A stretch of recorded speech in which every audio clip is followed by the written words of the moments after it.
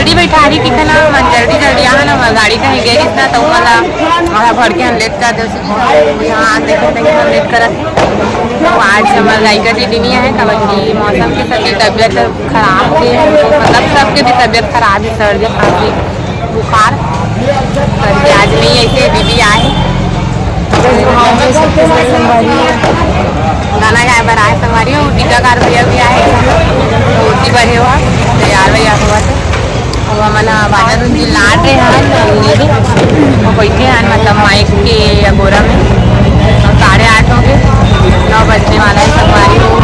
आजों का लोग प्रोग्राम चालू करे बन बने रहो